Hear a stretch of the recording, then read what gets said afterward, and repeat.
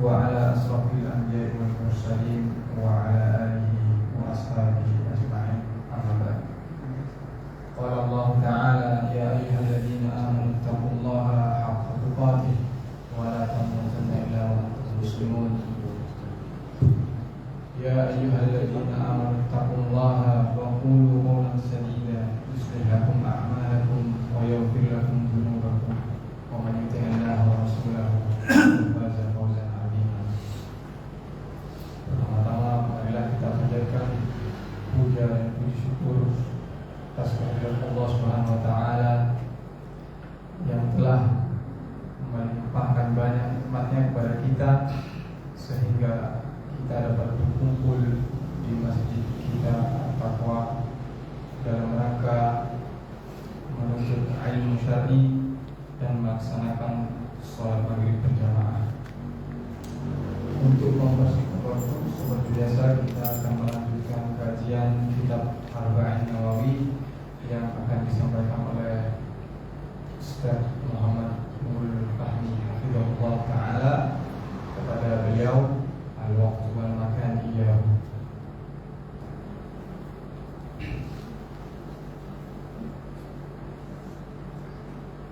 Bismillahirrahmanirrahim. Assalamualaikum warahmatullahi wabarakatuh. Alhamdulillahirabbil alamin. Wa bihi nasta'inu ala umuri dunya waddin. Nusalli wa nusallimu ala nabiyyina wa habibina wa syafi'ina Muhammadin wa ala alihi at-tayyibin wa sahabatihi al-akhirin wa man tabi'ahum bi ihsanin ila yaumiddin.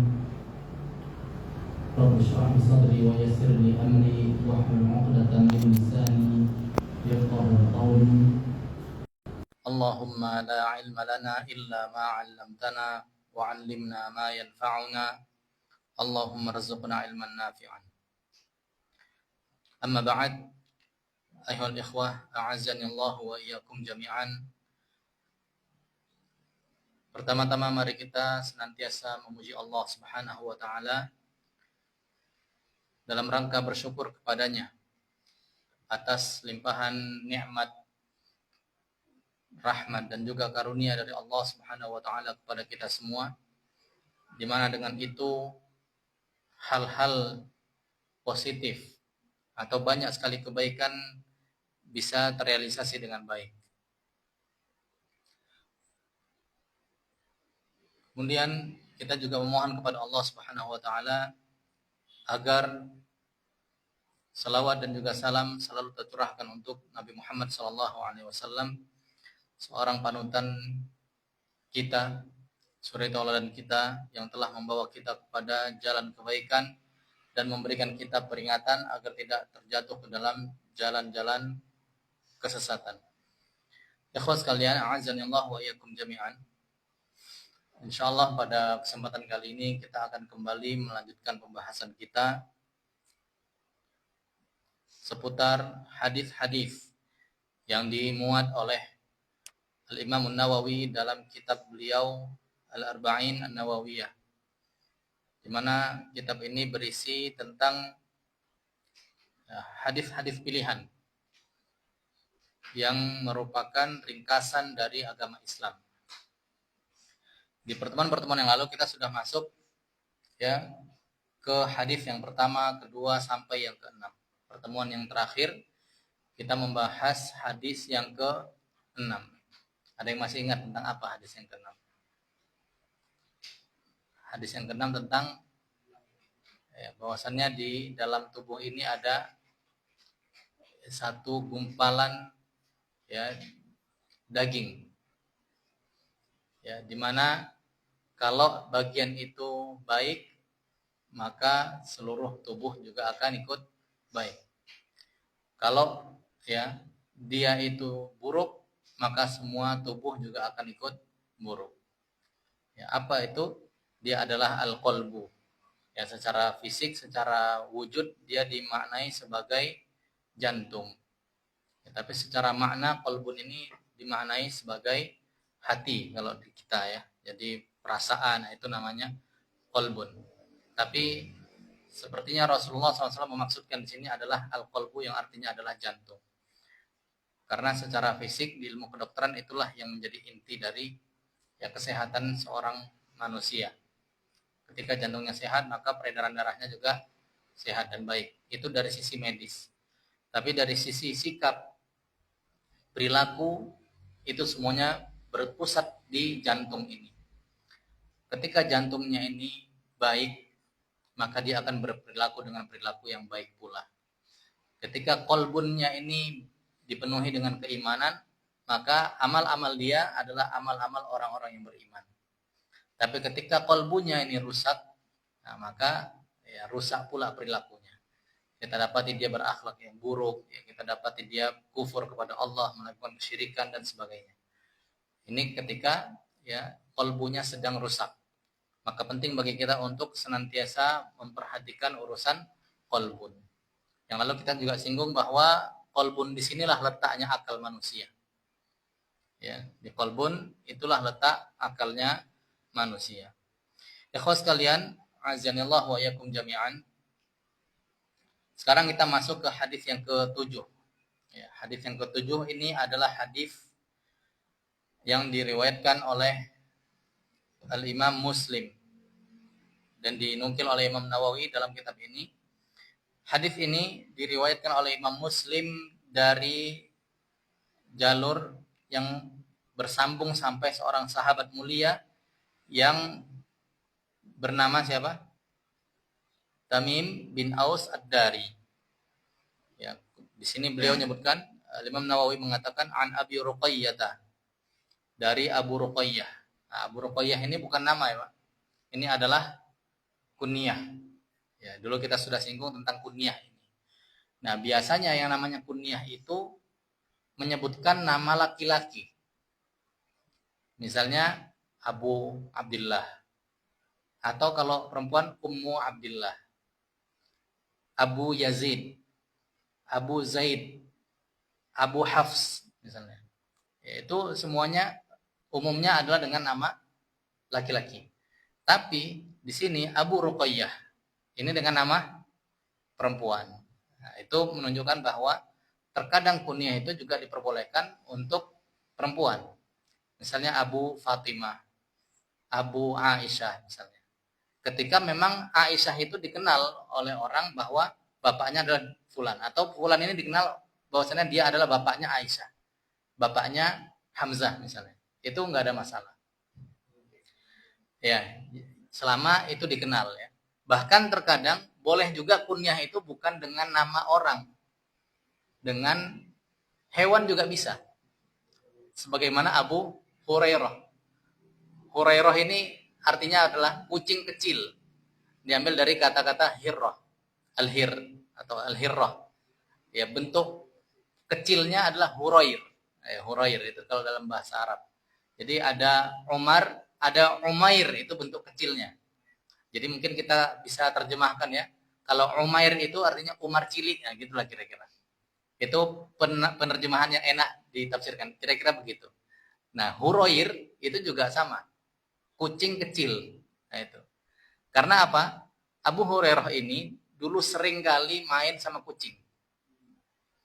Sering orang lihat dia sedang bermain dengan kucing. Dia bercanda sama kucingnya, kucingnya juga bercanda sama beliau ini. Makanya akhirnya beliau dikenal dengan julukan Abu Hurairah, bapaknya si kucing kecil. Nah, gitu. Saking seringnya dia bersama dengan Abu Hurairah. Begitu juga kakeknya Rasulullah. Kakeknya Rasulullah siapa? Abdul Muttalib. Abdul Muttalib ini itu sebenarnya bukan nama asli. Kenapa beliau dijuluki Abdul Muttalib? Karena beliau dulu sering bersama pamannya yang bernama Al-Muttalib.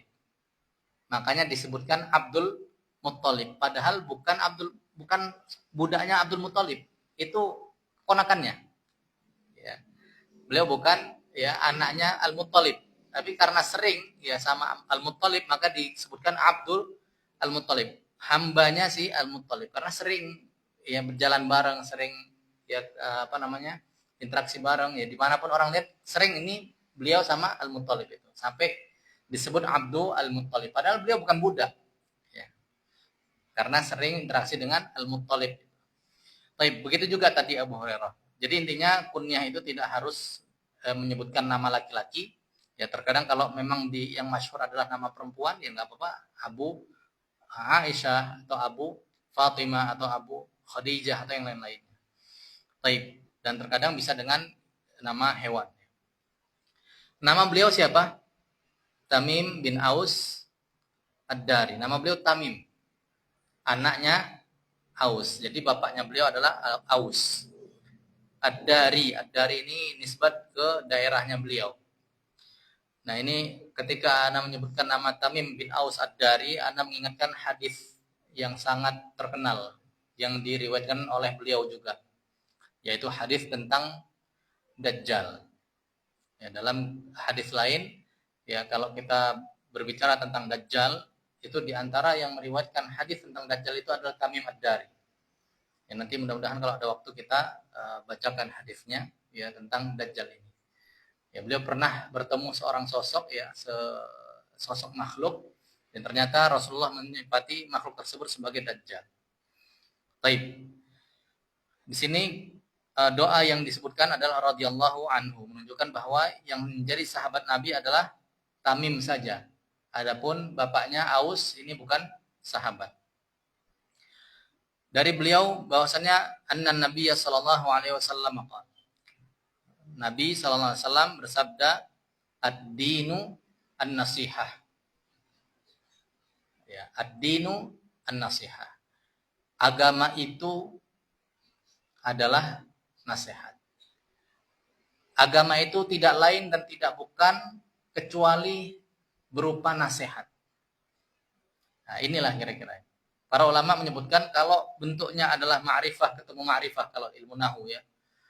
Jadi bentuk kata dalam bahasa Arab itu ada yang istilahnya ma'rifah itu sudah teridentifikasi.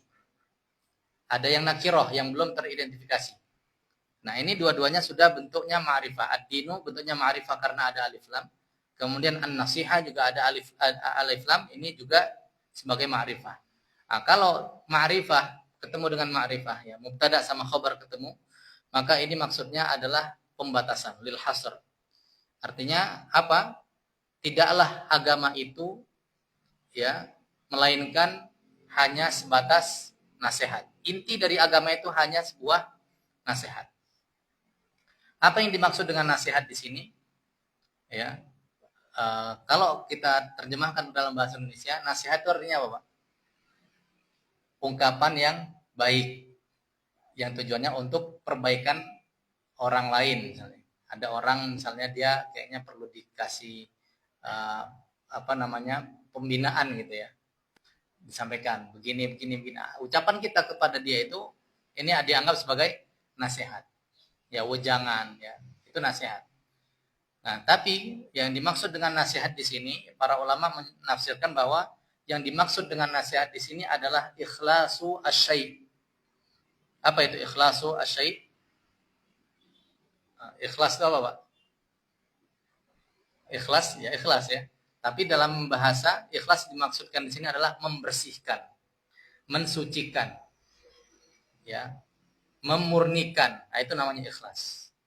Jadi kalau kita sebutkan az-zahabu al-khalis. Kalau dalam bahasa Arab, emas yang murni, nah, gitu. Jadi ikhlas itu memurnikan, membersihkan, mensucikan.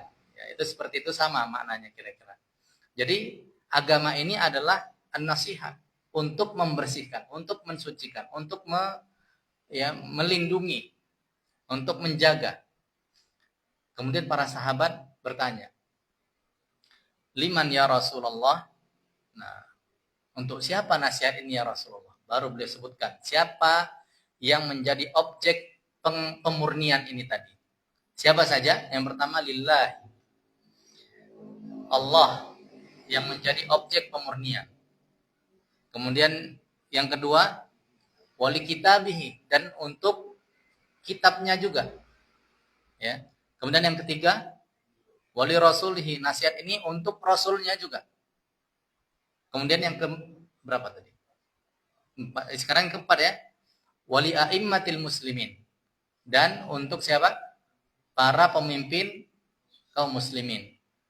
Kemudian yang kelima untuk wa'ammatihim, untuk seluruh kaum muslimin yang umum. Yang tidak termasuk yang disebutkan tadi. Tadi yang disebutkan Rasul sudah. Ya, termasuk di antara orang yang beriman tentu. Beliau tokoh utama kita. Kemudian a'immatil muslimin, para pemimpin kaum muslimin. Berarti sisanya adalah ammatihim. Selain pemimpin ini adalah ammati al-muslimin, umum. Jadi kita nggak usah sedih ketika dibilang orang awam. Ya karena memang kita umum. Sudah, selain kita bukan pemimpin gitu. Awam ammatil muslimin. Kita orang umum. Ammah itu awam, awam itu jamak dari ammah. Ya, jadi ya maksudnya adalah segenap kaum muslimin selain pemimpinnya. Itu bisa dikatakan ammah tuh al-muslimin. Tapi pemaknaan yang sering beredar di tengah-tengah kita, awam itu maksudnya orang yang kurang ngerti. Ya, al-faqir ya gitu ya. Istilahnya Abah itu al-faqir.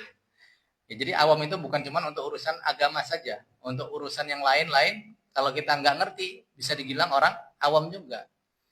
Ya, di dunia peternakan, di dunia perkebunan misalnya. Orang yang nggak biasa berkebun, ya dibilang orang awam dalam bidang perkebunan.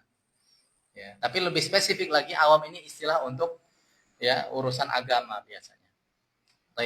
Tapi berlaku juga untuk yang lain-lain. Ya. Makna yang lebih umum adalah ammah itu sisa dari ya semua kaum muslimin selain dari pemimpin-pemimpinnya. Hadis ini diriwayatkan oleh Imam Muslim. Berarti hadis ini adalah hadis yang sahih. Sekarang gimana penjelasannya? Bagaimana bentuk nasihat untuk Allah? Masa Allah kita nasihatin? Nah, gimana bentuknya? Sini Syekh Utsaimin menyebutkan bahwa ada beberapa hal yang menjadi ya cara kita untuk memberikan nasihat untuk Allah Subhanahu wa taala. Jadi nasihat ini kita ya peruntukkan untuk Allah Subhanahu wa taala dalam dua wujud. Yang pertama, bagaimana cara kita memberi nasihat untuk Allah? Mengimplementasikan atau mengutarakan, menyampaikan, melaksanakan nasihat untuk Allah Subhanahu wa taala. Caranya dengan dua hal. Yang pertama, dengan cara memurnikan ibadah kita hanya untuk Allah saja. Ya, kalau kita lihat agama kan ini muaranya ke sini. Kita mengikhlaskan atau memurnikan ibadah kita hanya untuk Allah. Artinya apa? Seperti hadis yang pertama dulu. Innamal a'malu binniyat. Segala amal kita harus diniatkan untuk Allah saja. Nggak boleh masuk hal-hal lain, hanya untuk Allah. Ketika kita beramal sholat, kita untuk Allah sholat ini. Tapi ada unsur lain supaya dibilang orang rajin sholat. Nah, itu berarti ibadah kita tidak murni. Ada nodanya. Sudah terkontaminasi. Ibarat kita mau minum airnya, air murni. Tapi kena tetes tinta. Airnya jadi tidak murni lagi. Ketetesan serbuk kopi, dikit aja. Jadi air murni lagi nggak? Nggak. Sudah berubah jadi air yang tercampur serbuk kopi. Nah, itulah kira-kira. Jadi yang diminta oleh Allah Subhanahu wa taala adalah kita membersihkan ibadah kita, menjadikan tujuan ibadah kita hanya untuk Allah saja. Ini poin pertama yang harus kita lakukan agar kita bisa menerapkan, melakukan, mengamalkan apa yang namanya nasihat. Nasihat untuk siapa di sini, Pak? Untuk Allah. Cara yang pertama adalah dengan memurnikan ibadah kita hanya untuk Allah.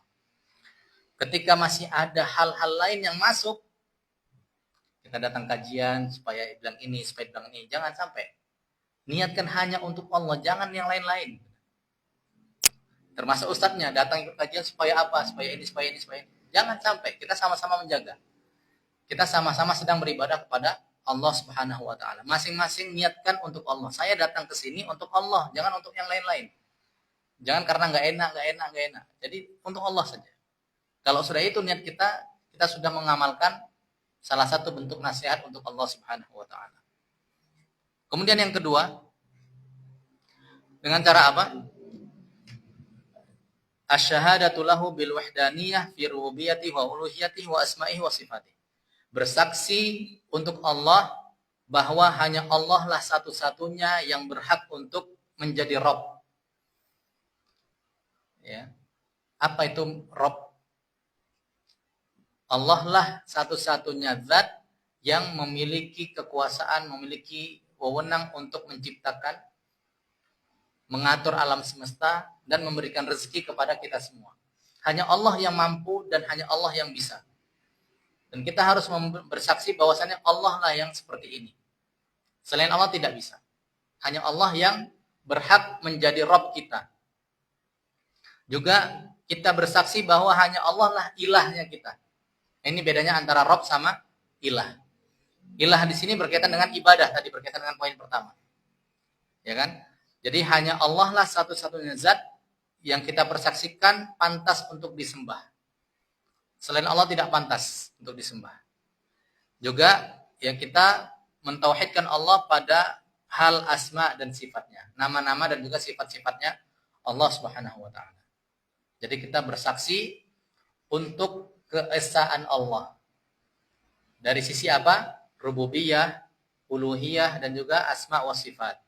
Nah, ini dua poin ini kalau kita sudah mengamalkan, maka kita sudah mengamalkan yang namanya memberikan nasihat untuk Allah Subhanahu wa taala.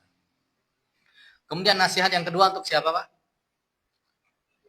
Untuk kitabnya Allah Subhanahu wa taala. Kitab Allah ini ada banyak. Allah punya kitab yang dinamai Taurat. Allah punya kitab yang dinamai Injil. Sebelumnya Allah punya kitab juga dinamai Zabur. Allah punya kitab lain dinamai Al-Quran, ya kan? Taurat tadi, terus Zabur juga, Injil, Al-Quran. Ada lagi?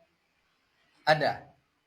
Suhuf Ibrahim wa Musa. Lembaran-lembaran yang diturunkan kepada Nabi Ibrahim dan juga Nabi Musa. Itu semuanya kitab-kitab Allah. Dan ya ada kitab-kitab lain yang mungkin kita tidak tahu. Tapi itulah yang dinukilkan kepada kita, yang kita tahu namanya hanya ya seperti yang kita sebutkan tadi. Ya, Zabur, Taurat, Injil, Al-Quran, kemudian tambahan tadi Suhuf Ibrahim dan juga Suhuf Musa. Ini adalah kitab-kitabnya Allah. Bagaimana cara kita mengamalkan nasihat untuk kitab-kitabnya Allah? Ada beberapa cara. Yang pertama dengan cara membela kitabnya. Ketika ada orang yang mulai berani mengotak-atik kitab Allah, ya maka kita ya bersihkan, kita luruskan. Ada orang yang ngaku-ngaku bahwasannya Al-Quran yang diturunkan kepada Nabi Muhammad itu, Al-Quran yang ada di tangan Ahlus Sunnah hari ini, itu sudah mengalami perubahan, kata mereka. Al-Quran yang asli tidak seperti itu. Nah, ini akidahnya orang-orang Syiah. Ya, mereka mengklaim bahwasannya Al-Quran yang asli itu 3 kali lipat dari Quran yang ada di tangan Ahlus Sunnah hari ini. Nah, ini kan ngaku-ngaku. Maka kita harus membela. Ya, kita harus bela itu bahwasannya kitab yang berada di tengah-tengah kita ini tidak mengalami perubahan. Inilah kitab yang asli. Inilah Al-Quran yang asli sejak zaman Nabi Muhammad SAW. Ya, ini yang perlu kita ya perhatikan. Kita perlu membela. Ketika ada Al-Quran dihinakan, kita perlu membela. Ya, ketika ada orang mencela Al-Quran, kita bela. Ya, membakar. Tapi membakar Al-Quran itu boleh nggak? Membakar mushaf. Tergantung cara dan motivasi. Kalau motivasi kita membakar mushaf dalam rangka memuliakannya, artinya agar tidak terinjak-injak, karena lembarannya sudah robek-robek, sudah berterbangan, maka untuk mengamankannya, ya kita nggak ada masalah kita bakar. Tapi kalau tujuannya untuk menghinakan Al-Quran, nah inilah yang kita tidak terima. Ya, kalau tujuannya untuk menertibkan, ya karena ini sudah nggak digunakan lagi, nggak difungsikan misalnya, bahkan yang berpotensi diinjak-injak orang nanti misalnya, maka nggak ada masalah kita bakar. Baik, ini yang pertama ya, dengan cara membela orang-orang yang berusaha ingin merubah-rubah Al-Quran. Ya, berusaha ingin merubah-rubah Al-Quran ini kita usahakan jangan sampai terjadi. Di antara bentuknya bagaimana kita menghafal Al-Quran. Ya, kita hafal Al-Quran sehingga ketika ada orang yang menambah-nambah Al-Quran, maka kita bilang ini bukan bagian dari Al-Quran. Nah, bagian ini kurang, jangan dikurang-kurangin. Ini sempurnanya seperti ini. Itu cara kita membela, menjaga Al-Quran. ya menjaga dari ya kejahatan atau tipu daya ataupun istilahnya usaha-usaha untuk tahrif, ya, menyelewengkan lafal-lafal Al-Quran dan juga makna-makna yang terkandung pada Al-Quran. Banyak orang hari ini, mereka sudah pesimis kayaknya untuk merubah lafal Al-Quran. Yang dirubah apa? Penafsirannya dirubah. Ketika orang Allah sudah mengatakan pembagian warisan lidzakari mithlu hadzil unthayain. Jatah laki-laki itu 2 kali lipat jatahnya perempuan. Nah, ini dirubah-rubah lagi. Oh, itu batas maksimal, itu batas minimal. Kalau ditarik ke tengah-tengah nggak ada masalah, katanya. Ini penyelewengan dari pemaknaan. Padahal para sahabat tidak memahami demikian. Para sahabat memahami bahwa seperti yang tertuang dalam Al-Quran. Kalau ada kakak beradik, laki-laki dan perempuan mewarisi harta ayah mereka, maka pembagiannya adalah si laki-laki dapat 2 kali lipat, si perempuan dapat 1 bagian. Ya, jadi kalau hartanya 300 juta, yang laki-laki dapat 200 juta, yang perempuan hanya dapat 100 juta. Nah, itu pembagian sederhananya. Ya, tapi mereka nggak senang karena ini diskriminasi katanya. Ya, lebih mendukung laki-laki. Pilih kasih gitu. Kan harus sama rata gitu. Giliran suruh ngecor laki-laki, perempuan nggak boleh katanya. Kan secara sama rata katanya. Ya kan? Giliran suruh yang lain-lain yang perempuan nggak bisa, ya laki-laki aja yang maju. Nah, disuruh perang nanti, laki-laki yang maju, dia mundur. Nah, itu pemikiran-pemikiran yang mungkin perlu diluruskan. Memang sudah fitrahnya laki-laki berbeda dengan perempuan. Tanggung jawab pada laki-laki berbeda dengan tanggung jawab dengan perempuan. Ya, akhirnya karena mereka motivasinya ingin menyamaratakan, akhirnya ayat tadi itu ditafsiri dengan versi mereka. Ya. Ketika Allah menyebutkan laki-laki bagiannya 2 kali bagian perempuan. Bagian perempuan itu minimal 1. Laki-laki maksimal 2. Jadi kalau ditarik dikurangi separuh dari laki-laki berarti sisa berapa? 1,5. Dioper ke perempuan. Jadi perempuan dapat berapa? 1,5. Akhirnya imbang. 1,5 sama 1,5 sama-sama ya sama rata. Jadi tadi harusnya 200 untuk laki-laki, 100 untuk perempuan. Dikurangi coba jatah laki-laki. Separuhnya, jadi 50-nya dikasih ke perempuan. Itu nggak ada masalah, karena yang disebutkan dalam Al-Quran itu untuk pembatasan. Ini batas maksimal yang boleh diambil laki-laki. Ini batas minimal yang harus diberikan kepada perempuan. Padahal tafsiran itu adalah tafsiran yang tidak ada di zamannya para sahabat. Agama ini sudah sempurna. Sebagaimana Allah katakan dulu, Al-yawma akmaltu lakum dinakum. Hari ini sudah aku sempurnakan untuk kalian agama kalian. Ya. Wa atmamtu alaikum wa atmamtu alaikum ni'mati wa raditu lakumul islama dina. Jadi sudah Allah sempurnakan semuanya. Nikmatnya sudah Allah sempurnakan untuk kita semua. Orang-orang belakangan mulai ngotak-ngatik maknanya. Ya, maka inilah ya tugas berat ya kita untuk menghadapi penyelewengan makna, tahriful makna. Sekarang trennya begitu. Karena tahriful alfaz, menyelewengkan lafal-lafal Al-Quran, mereka sudah pesimis. Karena penghafal Al-Quran sudah banjir. Apalagi di Arab, anak kecil umur-umur segini sudah hafal Al-Quran. Ya, kalau di kita memang masih langka, tapi sekarang sudah mulai menjamur. Anak teringat waktu umroh anak di Masjid Nabawi, duduk sama orang Aljazair kalau nggak salah, ngobrol. Dia tanya-tanya tentang Indonesia. Indonesia kaum muslimin banyak, anak bilang kan. Terus akhirnya beliau mengira bahwa orang Indonesia itu banyak menghafal Al-Quran. Ternyata enggak, salah antum, anak bilang. Kalau mereka kan sudah biasa, kecil hafal Quran biasa. Anak bilang, anak ceritakan kondisi Indonesia seperti apa, para penghafal Qurannya.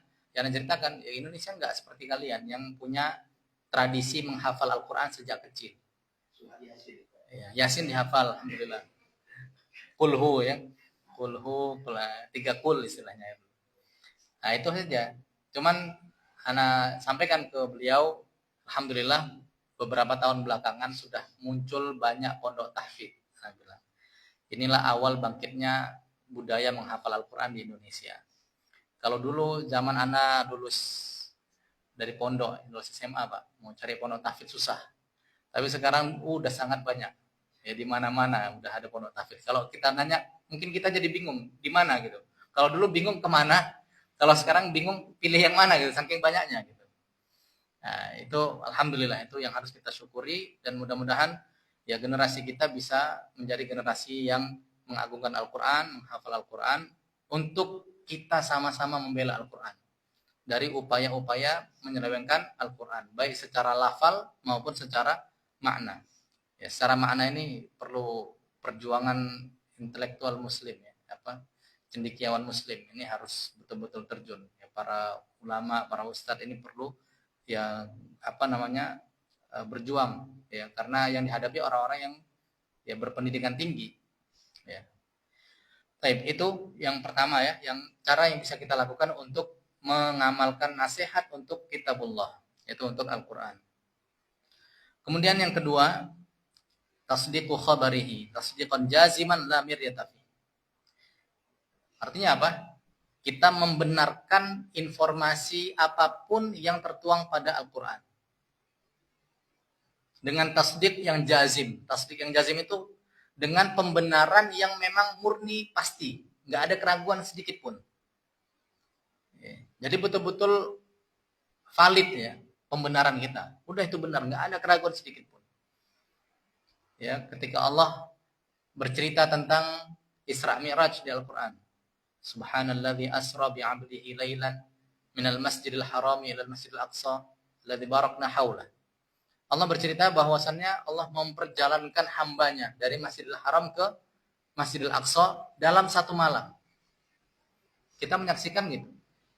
Kita saksikan nggak itu sekarang? Enggak kan? Bahkan jangankan kita, para sahabat saja tidak menyaksikan. Para sahabat tidak menyaksikan, tapi wajib bagi kita untuk membenarkan apa yang Allah sebutkan dalam Al-Quran itu. Kalau sekarang nggak ada video, nggak diyakini kebenarannya. Bahkan udah viral pun kadang kita masih ya ragu gitu ya. Harus didokumentasikan semuanya baru kita yakin. Udah ada dokumentasi pun kadang, oh ini AI atau bukan ini katanya kan. Ya. Kalau Al-Quran tidak butuh dokumentasi, video, foto. Pokoknya Allah sudah sebutkan dalam Al-Quran. Sudah dinukil oleh para periwayat Al-Quran. Sudah dituliskan dalam mushaf. Kita harus yakin seyakin-yakinnya. Kalau tingkat keyakinan bisa lebih dari 100%, ya 100%, lebih dari 100% itu. Jadi tidak boleh ada keraguan sedikit pun. Kita harus yakin bahwa Rasulullah pernah diperjalankan oleh Allah dari Masjidil Haram ke Masjidil Aqsa. Dalam waktu satu malam, kurang dari satu malam. Karena apa? Perjalanannya PP. Dari Masjidil Haram ke Masjidil Aqsa, naik lagi ke langit. Turun balik ke Masjidil Aqsa, balik ke Masjidil Haram. Dalam waktu satu malam. Kembali ketika subuh. Itu kalau kita cerna dengan akal kita, nggak bisa masuk akal. Bahkan hari ini pun sudah ada pesawat, nggak masuk di akal. Dari Palestina, dari Masjidil Haram ke Palestina, naik ke langit, Pak. Naik ke langit.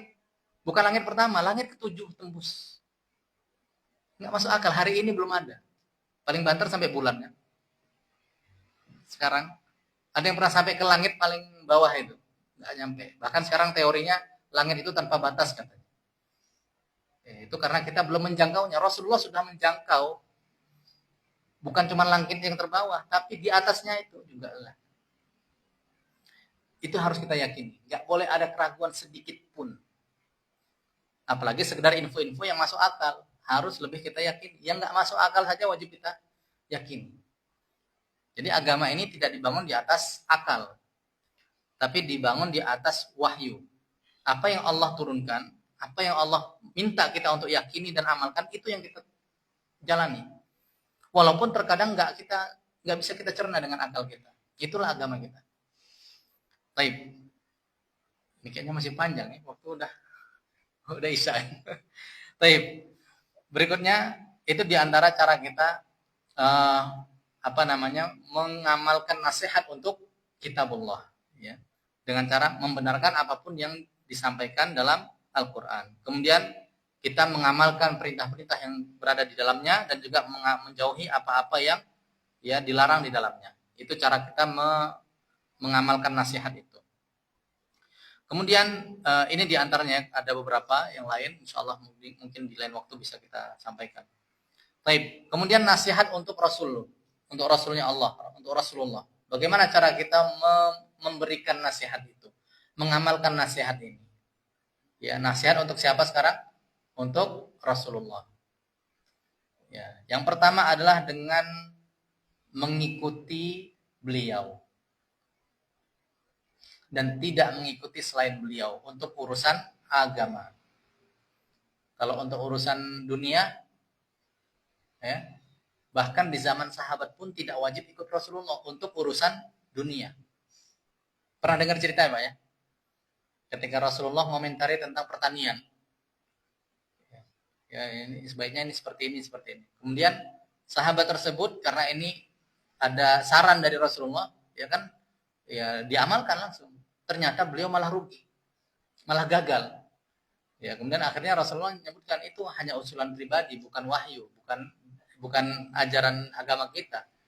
Itu pengalaman pribadi. Makanya akhirnya Rasulullah mengatakan apa? Antum a'lamu bi umuri dunyakum. Kalian lebih ngerti dengan urusan dunia kalian. Jangan ikuti saya kalau untuk urusan dunia. Karena saya tidak pakar dalam urusan dunia.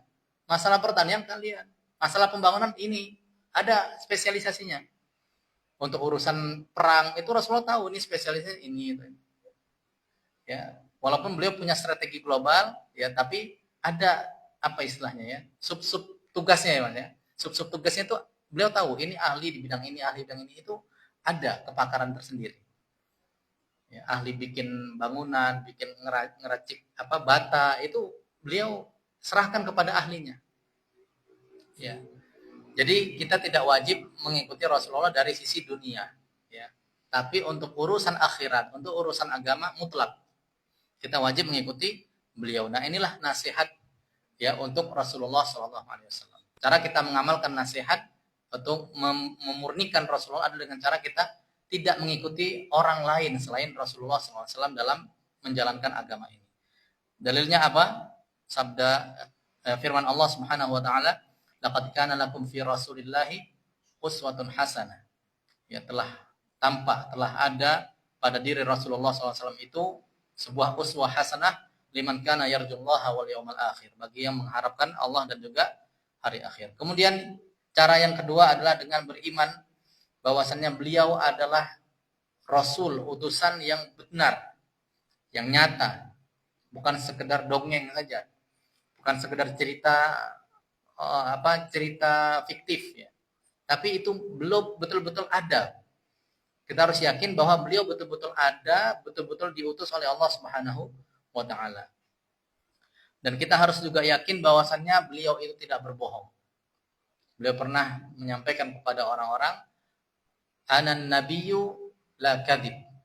Ana ibnu Abdul Muttalib, itu kata beliau. Saya ini nabi dan saya tidak berbohong dengan ya pengakuan ini. Karena apa? Saya ini anaknya Abdul Muttalib. Abdul Muttalib itu siapanya? Kakeknya. Ya. Sini menunjukkan bahwa beliau betul-betul jujur. Ya. Dimana sebelum beliau sebelum beliau mendeklarasikan sebagai nabi, ya, maka orang-orang di Mekah itu dulu meyakini bahwasannya beliau adalah as-shadiq al-amin, orang yang jujur dan bisa dipercaya. Ya, tapi kemudian ketika beliau diutus sebagai nabi, ketika dikabarkan kepada mereka ya orang-orang Quraisy bahwasannya Rasulullah ini nabi, mereka berubah ya persepsinya. Dulu menganggap Rasulullah ini adalah orang yang jujur, sekarang dianggap sebagai orang yang dusta. Ya, padahal beliau ya tidak demikian. Baik. Kemudian ini beberapa di antara cara kita menunaikan nasihat untuk Rasulullah SAW. Kemudian juga ya mirip seperti nasihat untuk kitabullah. Ya, kita wajib beriman dengan segala sesuatu yang dikhabarkan oleh beliau. Ya, kalau tadi kita harus beriman dengan segala sesuatu yang dikabarkan oleh Allah dalam kitabnya, dalam Al-Quran. Nah, apapun informasi yang disampaikan oleh Rasulullah SAW, maka kita wajib beriman. Baik itu tentang hal-hal yang ada di dunia ini maupun hal-hal yang akan ada di akhirat nanti. Ya, banyak hadis-hadis tentang ya azab kubur, ya kan? Tentang ya perjalanan kita nanti di akhirat, ya ketika dihisab dan seterusnya. itu informasi-informasi yang kita belum lihat, belum rasakan, belum kita saksikan yang kejadiannya, tapi kita wajib mengimani itu semua. Inilah cara kita ya mengamalkan nasihat yang itu milik Rasulullah Shallallahu Alaihi Wasallam. Di antaranya juga kita perlu membela kehormatan beliau, ya menjaga nama baik beliau, ya kemudian membela orang-orang yang menuduh dengan tuduhan-tuduhan yang menyimpang tentang Rasulullah Shallallahu Alaihi Wasallam. Baik, kayaknya adzan dulu ya Pak ya. Adzan dulu, insya Allah nanti kita lanjut.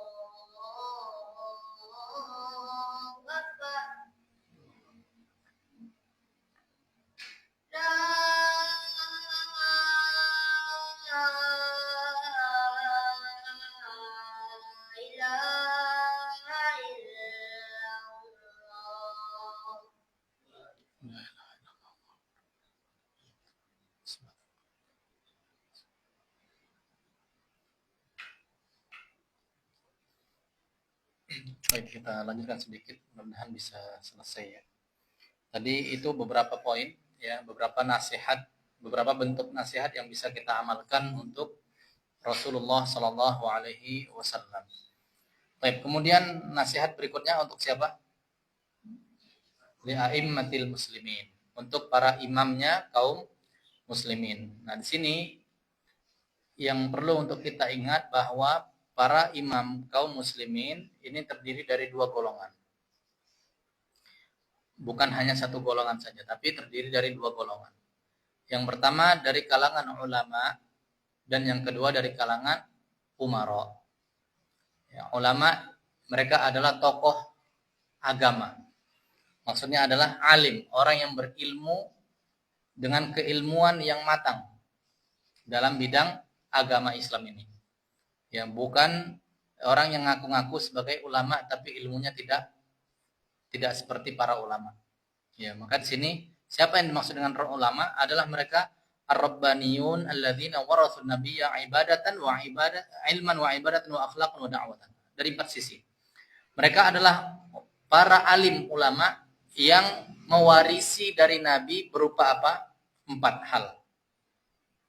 Mereka mewarisi 4 hal ini dari Rasulullah SAW. Kalau mereka tidak mewarisi 4 hal ini, maka mereka tidak dianggap sebagai ulama yang rabbani. Ya, mereka bukan ulama yang dimaksud dalam hadis ini. Bukan termasuk a'immatul muslimin. Karena berarti mereka tidak pantas untuk dijadikan panutan. Ya, karena imam itu artinya adalah panutan.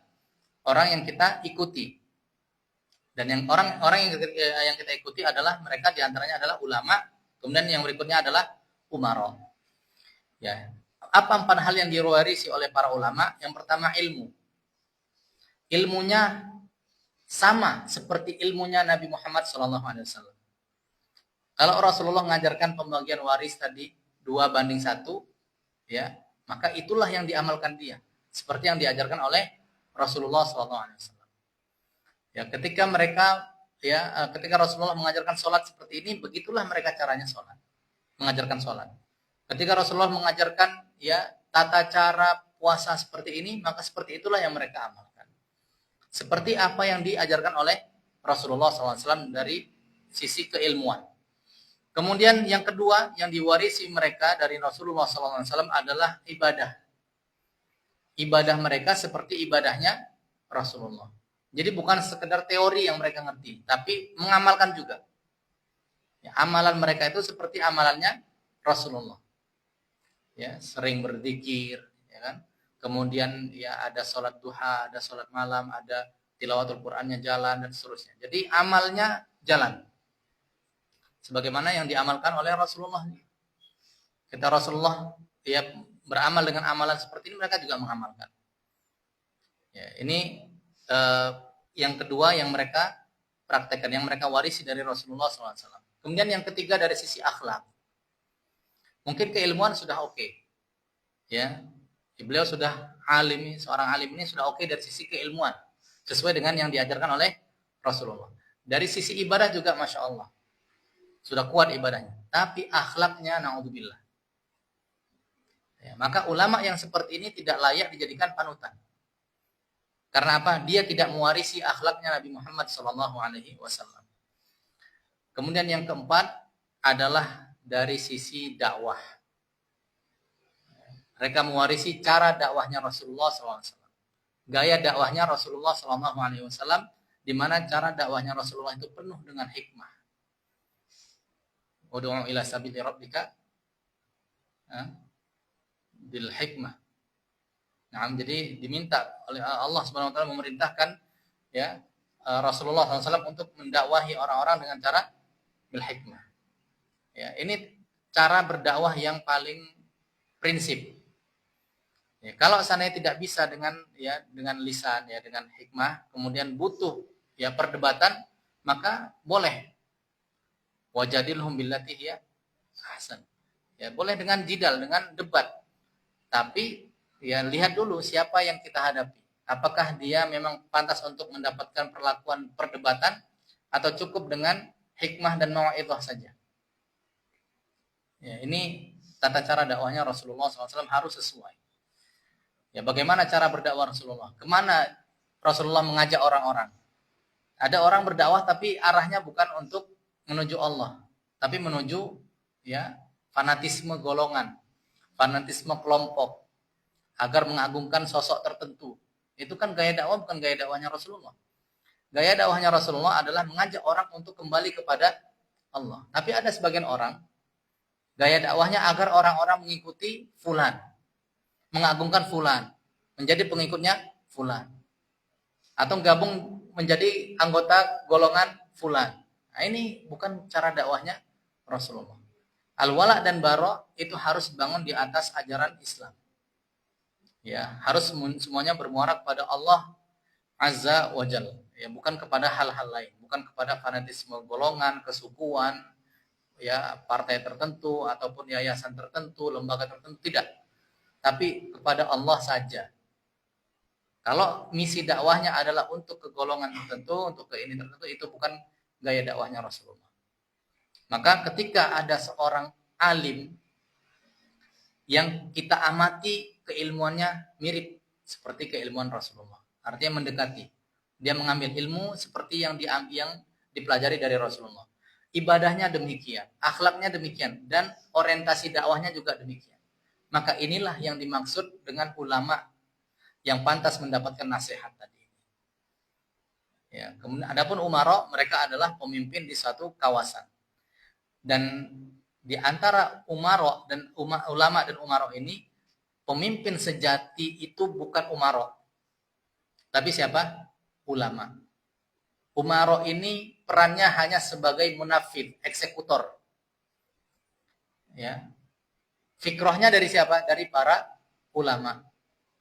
Ya, karena konsep kepemimpinan Islam adalah, ya, pemimpin itu wajib bagi mereka untuk menegakkan agama Allah bagi diri dia sendiri dan bagi seluruh manusia. Bagi semua orang yang dipimpinnya. Itu kewajiban seorang pemimpin. Maka bagaimana caranya biar dia bisa menegakkan agama Allah? Ikut apa kata ulama yang Rabbani tadi.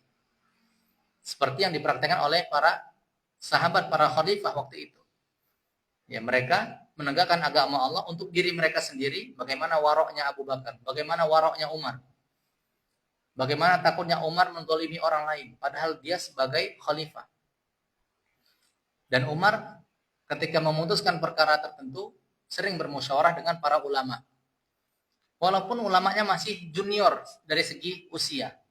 Abdullah bin Abbas menjadi salah satu anggota dewannya Umar, ahli syuranya Umar. Diprotes sama orang, kok ini anak kecil kamu masukin? Nggak tahu, ternyata Ibnu Abbas ini ilmunya luar biasa. Bahrul Ummah, lautannya atau tintanya umat ini. Ya, itu menjadi, ya, pakar, ya, apa istilahnya kalau di negara kita, tim pertimbangan mungkin, ya, atau orang-orang yang dimintai musyawarah oleh, ya, pemimpin. Itu jadi pemimpin ini, ya, dia perannya hanya eksekutor saja. Ya, ini konsep kepemimpinan dalam Islam. Dan mereka semuanya, ya, berhak untuk mendapatkan nasihat. Di antara bentuk nasihat kita untuk mereka semua adalah kita menjaga kehormatan mereka. Kita tidak mencoreng nama baik mereka, baik itu ulama ataupun, ya, pemimpin. Ini perlu untuk kita jaga, dan kita juga perlu, ya, mencintai, ya, para ulama kita. Ini di antara bentuk kita memberikan nasihat untuk mereka, kita mencintai mereka. Karena kalau kita tidak cinta kepada para ulama, kita nggak mengikut. Ini diantaranya. Kemudian nasihat yang terakhir untuk siapa? Untuk ammatu al-muslimin, ya, semua kaum muslimin sisanya yang tidak sampai pada taraf ulama atau tidak menjadi pemimpin. Ya, ini juga berhak mendapatkan nasihat seperti yang disebutkan oleh Rasulullah dalam hadis ini. Ya. Bagaimana caranya kita memberikan nasihat untuk orang-orang umum? Ya, di antaranya di sini Syekh menyebutkan bahwa, ya, cara kita menyampaikan nasihat untuk mereka adalah dengan menampakkan rasa cinta kepada mereka. Ya, karena mereka adalah kaum muslimin, saudara kita. Ya, jangan sampai ketika kita melihat seorang muslim, pandangan perdana kita terhadap dia kebencian. Nah, itu enggak pas. Kita harus membersihkan sikap kita dengan orang tersebut. Kita harus curahkan kecintaan kita kepada, ya, seorang muslim tersebut. Dan juga di antara bentuk mencurahkan nasihat kepada sesama kaum muslimin, ya, kepada orang kaum muslim secara umum adalah dengan basyasyatul wajah. Dengan memunculkan wajah yang berseri-seri kepada sesama muslim. Ya, bukan cemburu, dia bukan, ya, merengut begitu, ya. Jadi wajahnya berseri-seri, senyum gitu. Karena kan kita ketemu orang yang mukanya, ya, cerah gitu, ya, senyum, sama yang satu lagi mukanya masam. Kita lebih nyaman sama yang pertama apa yang kedua? Yang pertama pasti. Ya, itu fitrah kita. Ya, maka supaya rasa cinta di antara kaum muslimin ini bisa tersebar, saling senyum, ya, kemudian saling sapa dan seterusnya. Ilqaus salam, ya, saling menyampaikan salam ketika ketemu. Ini beberapa cara ya untuk menunaikan atau menyampaikan nasihat untuk siapa-siapa yang disebutkan oleh Rasulullah SAW dalam hadis ini. Ya, kita ulangin siapa aja yang mendapatkan nasihat yang disebutkan oleh Rasulullah tadi.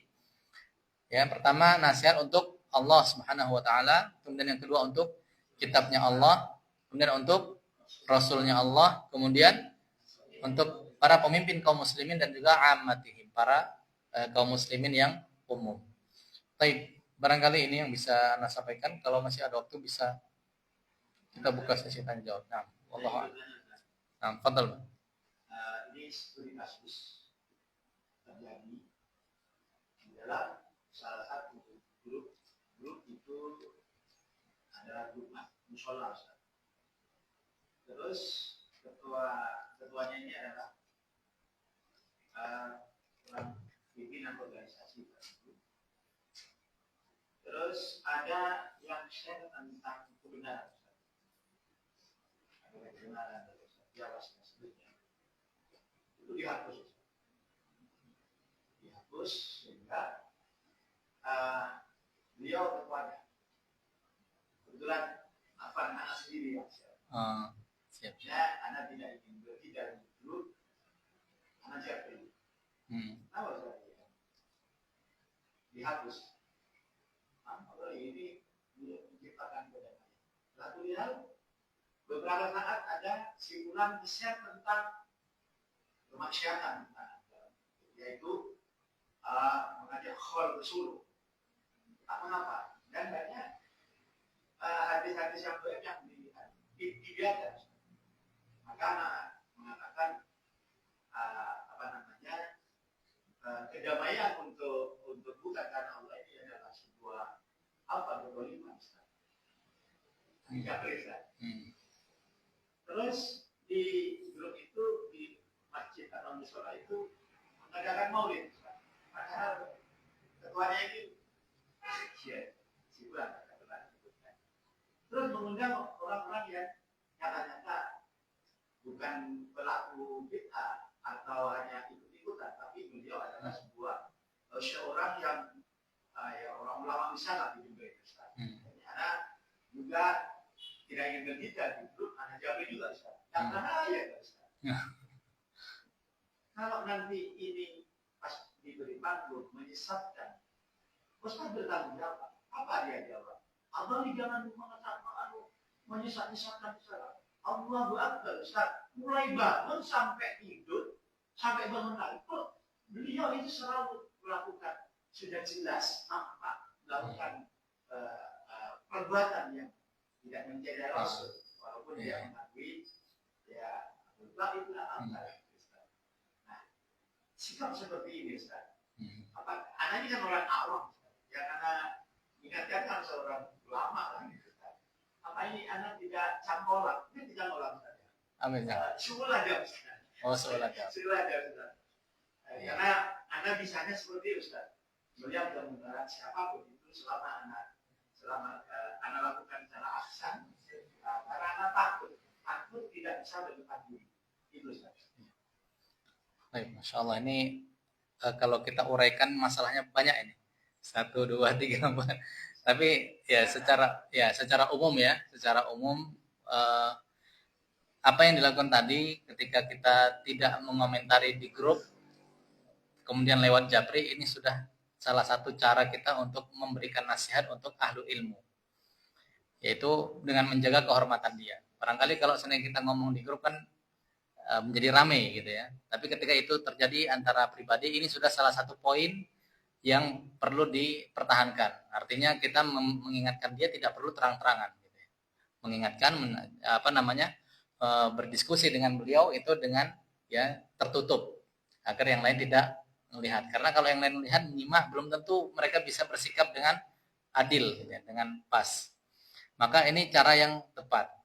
Cuman ya memang perlu dijaga juga cara komunikasi kita dengan ahlu ilmu. Ya. Biasanya ahlu ilmu itu orang yang sudah punya pengalaman dalam belajar ya. Itu agak susah untuk diingatkan oleh orang yang pengalaman belajarnya mungkin nggak seperti beliau. Nah, makanya ya selama kita sudah menyampaikan, Ustadz ini bukannya ini seperti ini. Itu penjelasan antum seperti apa misalnya. Kalau dia sudah menjelaskan ya sudah. Dia sudah mendengar masukan dari kita. Kalau dia tidak berubah itu urusan dia sama Allah. Yang penting kita sudah menyampaikan, saya ini melihat kemungkaran. Saya sudah sampaikan kepada beliau. Ya ternyata beliau masih tetap menjalankan, ya sudah, itu antara beliau dengan Allah Subhanahu wa taala. Jadi kita sudah mengamalkan tentang mengingkari kemungkaran yang diinginkan oleh Rasulullah SAW. Yang diminta oleh Rasulullah apa? Man ra'a minkum munkaran falyughayyirhu biyadihi. Dia rubah dengan tangannya kalau dia punya tangan. Semuanya punya tangan kan? Tapi maksud tangan di sini adalah wewenang, kekuasaan, punya power, ya, punya kekuasaan lah, ya, wewenang. Tapi kalau kita nggak punya wewenang untuk merubah dengan cara paksaan, maka cara kita mengingkari dengan lisan. Kita sampaikan kepada mereka bahwasanya ini adalah perbuatan yang tidak baik. Ini termasuk maksiat. Ini mengundang murkanya Allah. Ini mengundang amarahnya Allah. Sebaiknya ini tidak diteruskan atau tidak dilanjutkan atau tidak atau dibatalkan seperti itu. Ya, kalau toh ternyata mereka tidak mau berubah, ya itu urusan dia. Kita sudah ingkarul mungkar dengan cara lisan. Kalau kita nggak berani, anak takut ini, takut itu, takut ini, takut itu misalnya kan, nggak berani ngomong nggak berani. Maka dengan apa? Fabiqalbi, dengan hati. Nah, dan dengan hati itulah cara ingkarul mungkar yang paling lemah. Ya, kalau kita nggak punya power untuk ngomong, ya misalnya takut dicibir orang atau takut malah dibully misalnya, takut ini, takut macam-macam pertimbangan kita. Dan itu dimaklumi oleh Rasulullah. Nggak ada masalah kalau kita nggak bisa mengingkari kemungkaran dengan cara lisan. Minimal dengan hati, jangan sampai hati kita itu mengiyakan, setuju. Ya, apapun itu, kemungkaran apapun, dari siapapun dia, bahkan dari seorang ulama pun, kalau itu adalah kemungkaran dan kita sudah menyampaikan secara lisan misalnya, kita nggak boleh mengiyakan. Kita nggak boleh setuju dengan kesalahan orang. Dan di dunia ini tidak ada yang maksum dari kesalahan. Ya, bahkan Rasulullah pun pernah bersalah. Tapi ditegur oleh Allah dan beliau sudah tobat. Para nabi juga bersalah. Cuman bedanya para nabi ketika bersalah, Allah tegur langsung dan mereka langsung taubat dan Allah langsung terima taubatnya. Nabi Musa pernah bersalah. Nempelin orang sampai mati. Itu kesalahan, dosa. Dan Nabi Musa sudah taubat sama Allah dan Allah sudah terima taubatnya. Salah satu bentuk Allah menerima taubatnya Nabi Musa, Allah selamatkan Nabi Musa tidak kena gangguan orang-orang yang ingin balas dendam. Allah selamatkan Nabi Musa. Sampai pun bapak kita Nabi Adam pernah melakukan kesalahan. Dilarang oleh Allah, jangan dekati pohon ini. Bukan cuma didekati, dimakan. Tukur sama Allah, hati-hati, jangan sampai kamu ya akrab dengan ini iblis. Karena iblis ini musuhmu. Ternyata Nabi Adam alaihissalam tergoda dengan rayuan iblis. Akhirnya Allah hukum ya beliau dan ibunda kita Hawa turun dari surga ke dunia ini. Fataba alaih. Ya mereka semua taubat. Ya, beliau Nabi Adam dan juga Hawa yang bertobat kepada Allah dan Allah terima taubat mereka. Apalagi kita, kelasnya Nabi Adam. Rasulullah sendiri berbuat kesalahan ketika ada orang buta, abasa wa tawalla, datang ingin minta nasihat, ingin minta diajarkan sesuatu tentang Islam pada Rasulullah. Waktu itu Rasulullah sedang sibuk mendakwahi tokoh-tokoh Quraisy. Rasulullah merasa terganggu ketika beliau ini, orang buta ini datang, ya, nanya-nanya tentang Islam kepada Rasulullah. Rasulullah langsung mukanya masam dan berpaling dari orang ini. Itu ditegur oleh Allah dan diabadikan dalam Al-Quran. Dan akhirnya Rasulullah merasa berhutang budi kepada beliau, sahabat yang buta ini tadi. Beliau bahkan mengatakan, selamat datang orang yang aku ditegur gara-gara kamu. Gitu. Tapi bukan dalam rangka merendahkan beliau, tapi Rasulullah itu justru dalam bentuk sebagai bentuk terima kasih Rasulullah tentang beliau ini. Karena Rasulullah itu dibenahi oleh Allah Subhanahu wa taala gara-gara sikap beliau yang salah terhadap beliau. Beliau nggak salah. Orang beliau nanya tentang Islam, Rasulullah yang berpaling karena beliau menganggap ada hal yang lebih penting lagi. Ini nanti bisa ditunda. Tapi yang ini nih sangat urgent karena kalau tokoh-tokoh Quraisy masuk Islam, ini sangat baik untuk kaum muslimin. Pengaruhnya akan luar biasa. Itu yang dipandang oleh Rasulullah, tapi itu disalahkan oleh Allah. Nggak benar. Apakah kita boleh meniru Rasulullah dari sisi kesalahan beliau? Ya enggak. Ketika ini sudah ditegur oleh Allah, jangan kita ikuti. Ketika ada orang datang bertanya tentang Islam, ya kita layani juga. Jangan kita fokus pada orang lain, sementara yang ini walaupun dia status sosialnya lebih rendah misalnya, kita abaikan. Enggak. Semua orang sama di mata Allah. Ya. Inna akramakum indallahi atqakum. Hanya orang yang bertakwa yang berbeda di mata Allah Subhanahu wa taala. Jadi itu ya siapapun yang bersalah nggak boleh kita aminkan kesalahannya. Apalagi kita mengikuti, kita benarkan saja, kita anggap itu sebagai hal yang ma'ruf. Nah, itu nggak boleh. Kita harus yakin bahwa itu adalah kezaliman atau itu adalah sebuah kesalahan. Minimal itu dengan hati. Kalau kita bisa mengingkari dengan lisan, kita nasihatin dia. Kita tegur, sebaiknya jangan seperti ini. Itu bagus. Ya, wallahu a'lam. Begitu lah kira-kira ya. Sudah cukup atau masih ada lagi? Mungkin ibu-ibu. Baik, kalau nggak ada sudah lewat banyak ya waktunya. Baik, barakallahu fikum. Mudah-mudahan apa yang kita bahas pada kesempatan kali ini bisa bermanfaat untuk kita semua. Dan semoga Allah memudahkan kita untuk menjadi hamba-hambanya yang beriman dan istiqamah di jalannya. Kita akhiri dengan kafaratul majlis. Subhanakallahumma wa bihamdika asyhadu an la ilaha illa anta astaghfiruka wa atubu ilaik. Wassallallahu ala nabiyina Muhammad wa ala alihi wa sahbihi ajma'in. Walhamdulillahirabbil alamin. Assalamualaikum warahmatullahi wabarakatuh. Waalaikumsalam.